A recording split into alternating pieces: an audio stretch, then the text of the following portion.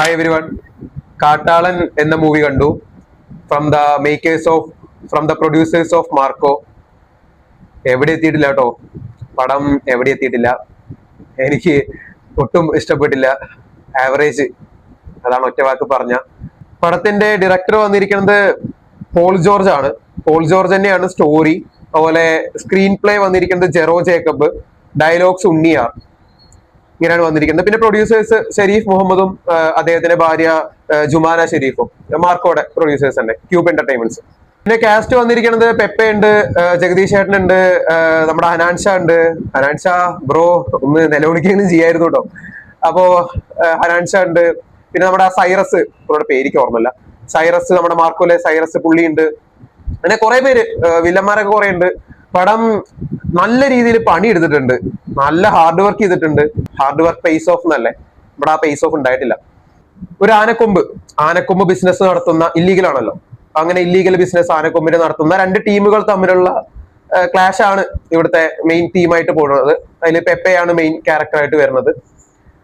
അപ്പൊ അവര് തമ്മിലുണ്ടാവുന്ന കോൺഫ്ലിക്റ്റ് ഇത് തന്നെയാണ് കഥ. ലാഗ് ഒന്നും എവിടെയില്ല കേട്ടോ, എവിടെയും. ഫസ്റ്റ് ഹാഫിലാണെങ്കിലും സെക്കൻഡ് ഹാഫിലാണെങ്കിലും ലാഗ് ഒന്നുമില്ല. കാരണം പെട്ടെന്ന് പെട്ടെന്ന് പോകുന്നുണ്ട്. 2 മണിക്കൂറേ പടമുള്ളൂ.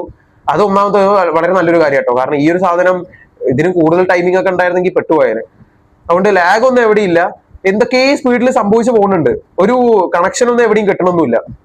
ഇവര് തമ്മിലുണ്ടാവുന്ന കോൺഫ്ലിക്റ്റ് ഒരു സ്റ്റോറിക്കൊന്നും ഒരു ബേസേ ഇല്ല. ഇങ്ങനെ എവിടുന്നൊക്കെ ആരൊക്കെ വരുന്നു, അവരെയൊക്കെ കൊല്ലുന്നു പറയുന്ന ഒരു സെറ്റപ്പ് ഉണ്ടല്ലോ, അതാണ് ഇവിടെ ലിറ്ററലി നടന്നുകൊണ്ടിരുന്നത്. പിന്നെ പെപ്പേന്റെ കാര്യം പറയുകയാണെങ്കിൽ ഹാർഡ് വർക്കിന്റെ കാര്യത്തിൽ പെപ്പേനെ എടുത്തു പറയണം. പുള്ളി ചെയ്തിരിക്കുന്ന ബോഡി ട്രാൻസ്ഫോർമേഷൻ, പുള്ളി ആ സ്റ്റൺസിന് എടുത്തിരിക്കുന്ന, ഫൈറ്റിന് എടുത്തിരിക്കുന്ന എഫേർട്ടൊക്കെ നമുക്ക് അതിൽ വിസിബിൾ ആയിട്ട് മനസ്സിലാക്കാൻ സാധിക്കും. കാരണം പുള്ളി നല്ല രീതിയിൽ പണിയെടുത്തിട്ടുണ്ട് അതിൽ. കാരണം ആ സിനിമ മൊത്തത്തിൽ നമുക്ക് കാണുമ്പോൾ മനസ്സിലാവാം അതിന്റെ ഓൾ ക്രൂ നല്ല രീതിയിൽ ഹാർഡ് വർക്ക് ചെയ്തിട്ടുണ്ട്. പിന്നെ ഇതിൽ വേറൊരു കാര്യം എന്ന് പറയുന്നത്, പക്ക തെലുങ്ക് മൂവിയുടെ ഒരു റെഫറൻസ് പോലെ ആയിപ്പോയി. കാരണം കുറച്ചൊക്കെ ഓക്കെ. കാരണം പെപ്പെ, ഇതിപ്പോ ഈ സിനിമ പോയിക്കൊണ്ടിരിക്കണതേ പെപ്പെ ഒരു പ്രശ്നത്തിൽ പെടുമ്പോ ആ പെപ്പെ എങ്ങനെയാണ് സർവൈവ് ചെയ്യുക, കാരണം നമുക്കറിയാം സർവൈവ് ചെയ്യുന്നത്. ആ ഒരു ലെവലിലാണ് പോയിക്കൊണ്ടിരിക്കുന്നത്. എത്ര ഇടി കിട്ടിയാലും എങ്ങനെ രീതിയിൽ ചോര തുപ്പിയാലും പുള്ളി രക്ഷപ്പെടും. ആ ഒരു ലെവലാണ്. അത് പുള്ളി ഒറ്റയ്ക്കേ ഉള്ളൂ. അതാണ് ഞാൻ പറഞ്ഞത്, ഫുള്ള് ഇത് പെപ്പയുടെ പടമാണ്. ഇതിൽ വേറെ ആർക്കും വലിയ റോളൊന്നും ഇല്ല ശരിക്കും. പെപ്പെ വരുന്നു, പെപ്പെ പോകുന്നു, പെപ്പെ പിന്നെയും വരുന്നു, പെപ്പെ പോകുന്നു. അങ്ങനെ ഒരു പെപ്പെ ഒരു സാധനമാണിത്. ഇപ്പൊ പെപ്പയുടെ കാര്യം പറയുകയാണെങ്കിൽ ഒരു ഫൈറ്റ് കഴിഞ്ഞു വെച്ചാലും നെക്സ്റ്റ് സീനിൽ തന്നെ മുഖത്ത് മുറിയൊക്കെ ഉണങ്ങിയിട്ടുണ്ടാവും. ഉണങ്ങുക മീൻസ് ഉണങ്ങിയ ആ ഒരു പാട് പോലും അവിടെ ഉണ്ടാവില്ല. പിന്നെയും ഭയങ്കര സുന്ദര കുട്ടപ്പനായി എന്നൊക്കെ പറയില്ലേ, ആ ഒരു ലെവലിലേക്ക് പുള്ളി മാറും. അതൊക്കെ ഭയങ്കര ഒരു അറിഞ്ഞുകൊണ്ട് ചെയ്ത കാര്യങ്ങൾ തന്നെ ആയിരിക്കുമല്ലോ. അപ്പോ അതൊക്കെ ഭയങ്കര എന്തോ പോലെ ആയിപ്പോയി. ഭയങ്കര തെലുങ്ക് സിനിമ. കാരണം ഇമാരി മൂക്കിനൊക്കെ ഇത്ര ഇടികിട്ടിയ ഒരാള് അടുത്ത സീനിൽ പിന്നെയും പഴയ രൂപത്തിലേക്ക് ഒരു ട്രാൻസ്ഫോർമേഷൻ, അത് വല്ലാത്തൊരു ട്രാൻസ്ഫോർമേഷൻ ആണ്. നമ്മുടെ ബാബുവേട്ടൻ പറയും പോലെ വല്ലാത്തൊരു ട്രാൻസ്ഫോർമേഷൻ ആയിരുന്നു അതൊക്കെ. പിന്നെ ഡയലോഗ്സിന്റെ കാര്യം പറയുകയാണെങ്കിൽ പഞ്ച് ഡയലോഗ്സ് കൊണ്ടുവരാൻ അവർ കുറെ ശ്രമിച്ചിട്ടുണ്ട്. പക്ഷെ ഒക്കെ പരാജയപ്പെട്ടു. കാരണം തുടക്കത്തിൽ ഒരു പരാജയം വന്നു കഴിഞ്ഞാൽ പിന്നെ ഒക്കെ അതന്നെ. ഞാൻ പിന്നെയും പ്രതീക്ഷിച്ചു സെക്കൻഡ് ഹാഫിൽ കയറി പോണ പല പടങ്ങളും ഉണ്ടല്ലോ, അപ്പൊ ആ ലെവലിലേക്ക് ഇതും വരുന്ന ഞാൻ വിചാരിച്ച്. പക്ഷെ സെക്കൻഡ് ഹാഫ് തുടങ്ങണതേ ഒരു ഐറ്റം സോങ്ങിലാണ്. ആ ഐറ്റം സോങ് ആണെങ്കിൽ എന്തിനെ അവിടെ കൊണ്ടുപോയി വെച്ചു, ഭയങ്കര കോമഡി ആയി പോയി. അപ്പൊ തന്നെ ഏറെക്കുറെ മനസ്സിലായി സെക്കൻഡ് ഹാഫും കയ്യിൽ നിന്ന് പോയി എന്നുള്ളൊരു സാധനം പിടി കിട്ടി. എന്തായാലും പടം കണ്ടപ്പോ കണ്ണ് തള്ളിപ്പോയത് എന്തായാലും പെപ്പയുടെ പെർഫോമൻസ് തന്നെയാണ്. കാരണം പെപ്പയുടെ പെർഫോമൻസ് ഇതിൽ ഭയങ്കര അണ്ടർ റേറ്റഡ് ആയിട്ട് പോകും. കാരണം ഈ പടം ഇങ്ങനെ ആയതുകൊണ്ട് പുള്ളിയുടെ പെർഫോമൻസ് അണ്ടർ റേറ്റഡ് ആയി പോകും. പക്ഷെ അങ്ങനെ പോകേണ്ട ഒരു സാധനമല്ല. കാരണം പുള്ളി നല്ല രീതിയിൽ പണിയെടുത്തിട്ടുണ്ട്.